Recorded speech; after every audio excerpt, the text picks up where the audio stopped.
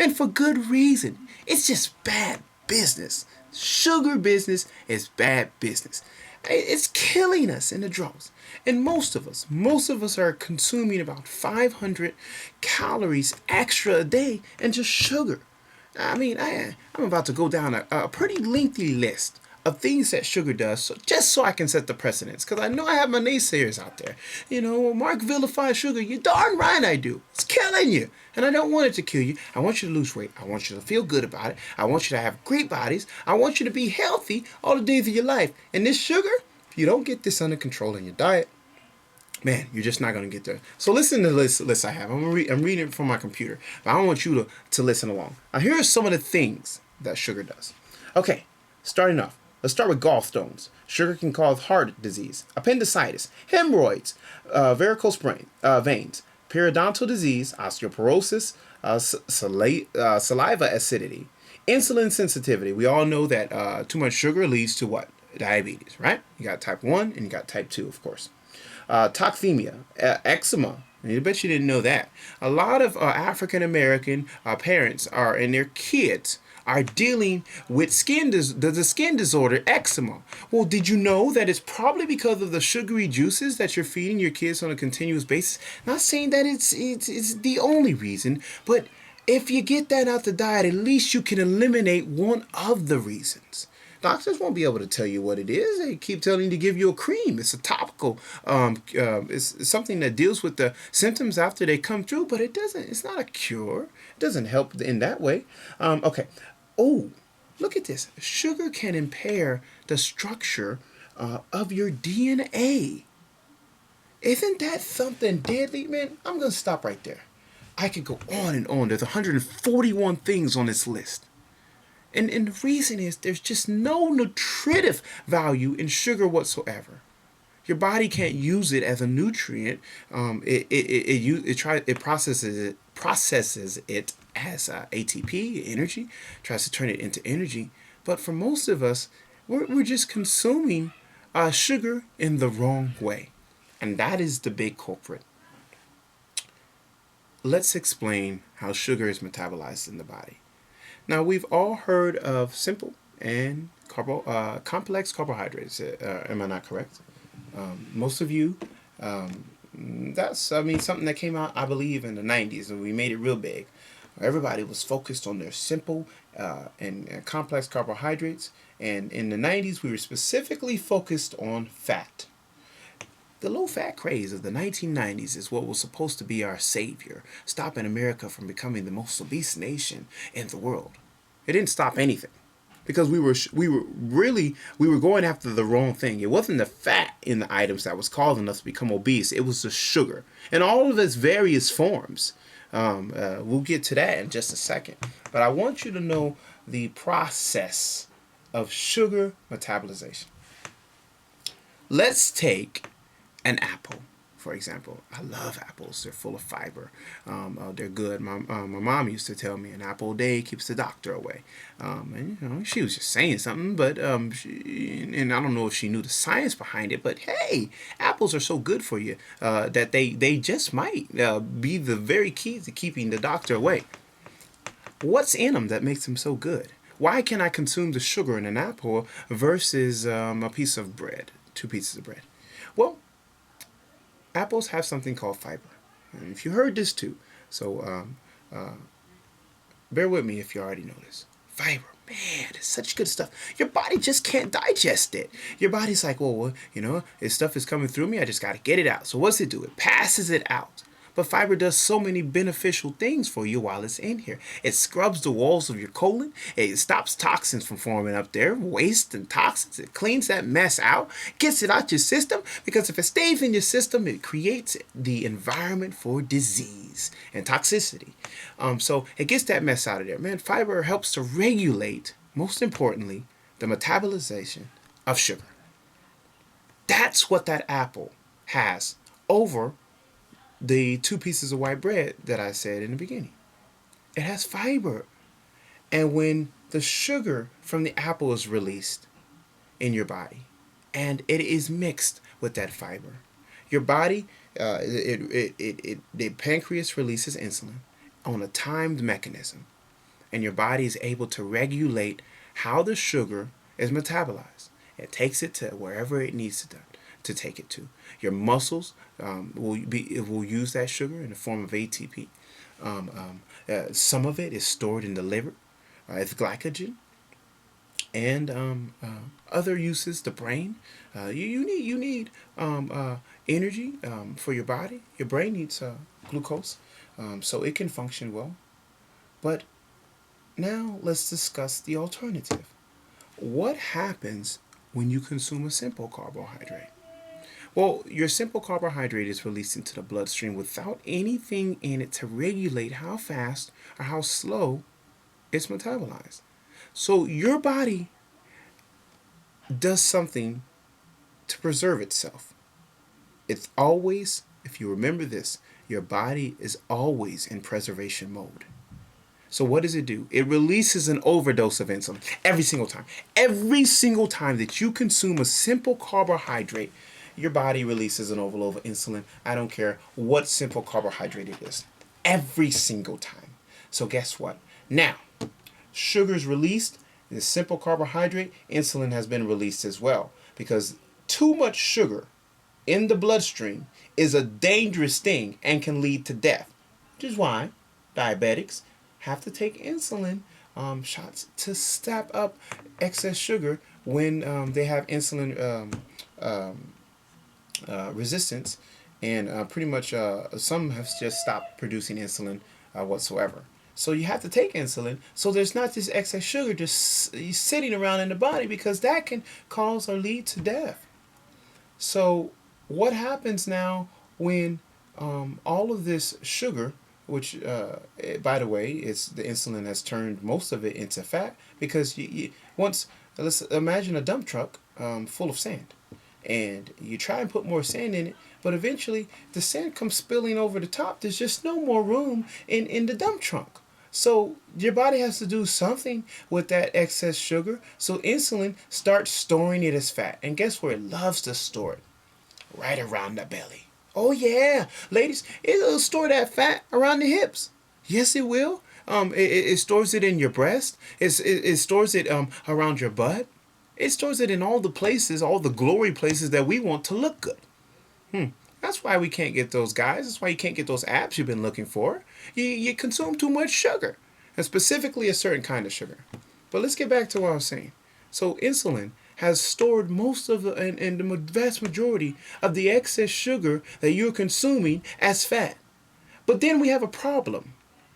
Now there's too much insulin in the bloodstream. So guess what your body does? It tries to send out a signal again to tell you to eat even though you're not hungry.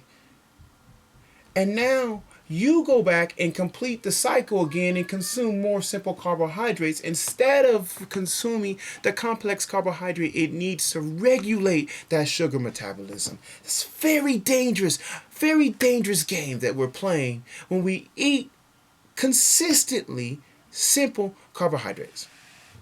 So that is that's the basic process of how sugar is metabolized. Now, when there are various different types of sugar.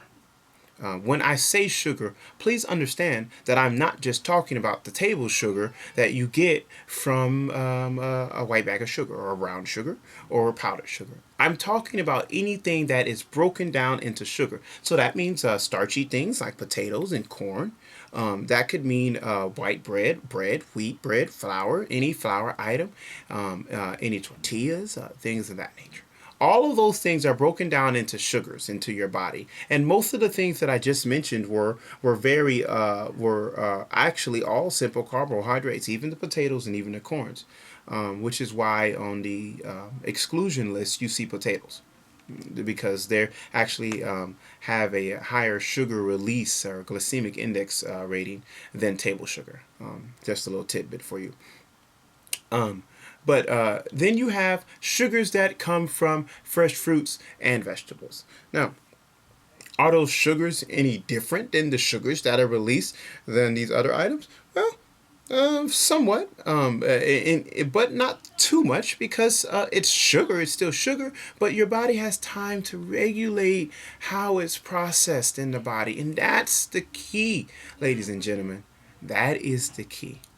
So on the exclusion list, I have sugars, table sugars, brown sugar, powdered sugar, even honey and agave nectar. I include that in the process in sugars because of how it's processed. I'm not concerned about what you've been told on most of these things as far as being healthy. It has these nutrients in it. It has these vitamins in it. To me, that doesn't matter because of how your body metabolizes it. If it metabolizes it in this fashion of in the fashion of a simple carbohydrate, it's on the exclusion list because it will make you gain weight. Okay? And now, honey may have all sorts of nutritional value to it, but the honey that you're getting in the stores is overly processed for one, and it's basically by the time it's put into those jars, it's a simple carbohydrate. So, if you were following along in your brief, which I have in front of me right now, the first thing that I outlawed was sugar. And some of the wonderful replacements that you can have are fresh fruits and vegetables. Man, watermelon. Oh, one of my favorites. It's one of the best things you can have for sugar. Apples and bananas and mangoes. All sorts of fruits. Blueberries, blackberries. Man, it's so good for you. But now, what about fresh fruits? What about fresh vegetables? Yeah, sure. They got sugars in them, just not near as much. But you can have vegetables as well, as far as the sugar things. So that's one of the beautiful things about it. So let's move on. My sugar videos becoming a little long, but I can't help it. The sugar stuff is important. Now, is it just sugar itself? Or is there a more dangerous form of this sugar? And the answer to that question is yes. There is a more dangerous form of this sugar, and it's called high fructose corn syrup. Literally, fructose will mess you up. It will.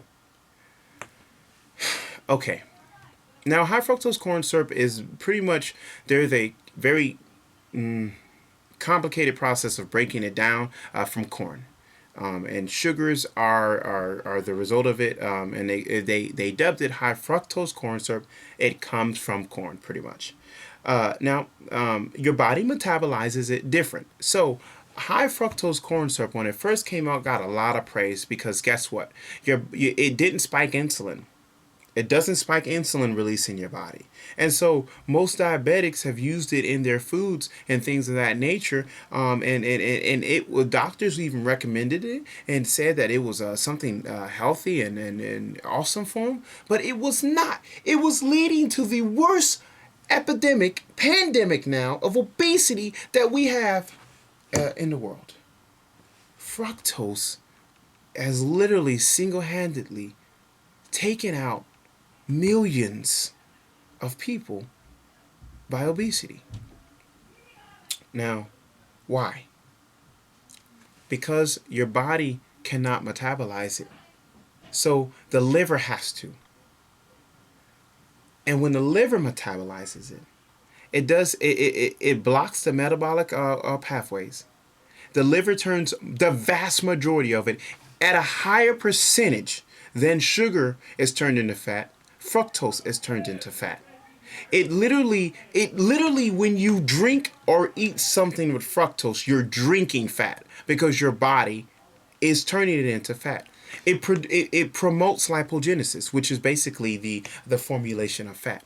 It also has a blocking mechanism that blocks the hormone called leptin. Now, what does leptin do? Does anybody know the benefit of leptin? Well, leptin is the hormone that tells you to stop eating. So when you eat something that's full of fructose, and let me tell you, everything in the American diet is full of this stuff, you still feel hungry even after you've eaten a lot of food. And you're hungry again in an hour, not just because you need the food. No, no, no, no, no, no. It's not like when you eat an apple or a pear and you're full for an hour and then you need to eat again because your body used the nutrients in it. No. This is because the hormone leptin has been blocked. And so now you feel hungry when you shouldn't be.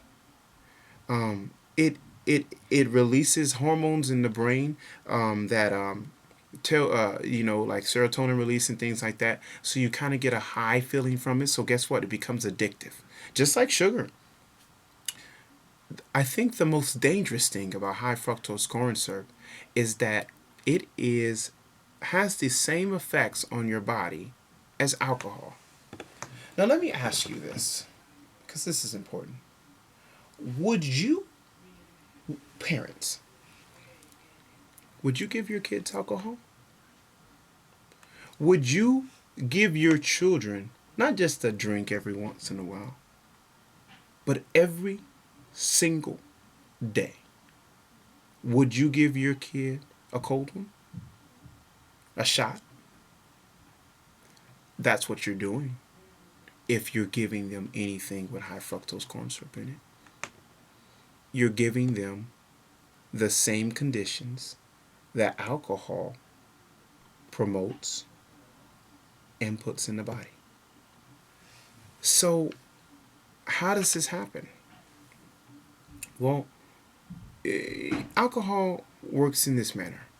About 10% of it is processed in the brain. Another percentage is processed by the liver. And it has to be because your body just that's just the way it works. It just can't process it. It can't process it in the normal fashion that it does food. Well, fructose. Remember, I told you it's already metabolized in the liver. So the same things that's happening, cirrhosis of the liver. Let me go down the list real quick. There are all the number of things that pretty much is happening in the body because of alcohol is happening when you consume fructose. So you got hypertension, you got cardiomyopathy. So in fructose terms, that'll be myocardial infraction. So basically heart disease. Okay, you got dyslipidemia, pancreatitis, obesity. You have addiction and fetal alcohol syndrome. All things that are caused by alcohol consumption, caused by fructose consumption. So, taking the children out, would you drink alcohol every day?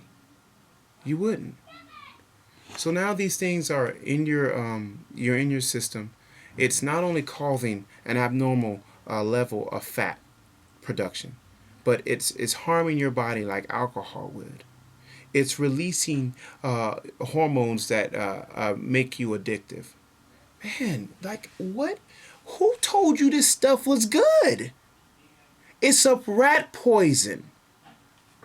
This is worse than sugar itself, and it's in everything. If you look at the brief that I sent you in your emails, I have a list of things, just some of the things that alcohol is in. It's in the jams, it's in crackers, it's in Bush baked beans, it's in all Coca-Cola products. You better not be drinking Coca-Cola products. No Coca-Cola products whatsoever. I don't even want to get started on that, but you don't need any of those things in your life. Ketchup is in most breads. It's in Arizona drinks. It's in the Powerades. It's in Gatorades. It's in all Minute Maid drinks. Let me tell you something. It's everywhere, and you have to be careful on the 60-day challenge because it's on the exclusion list.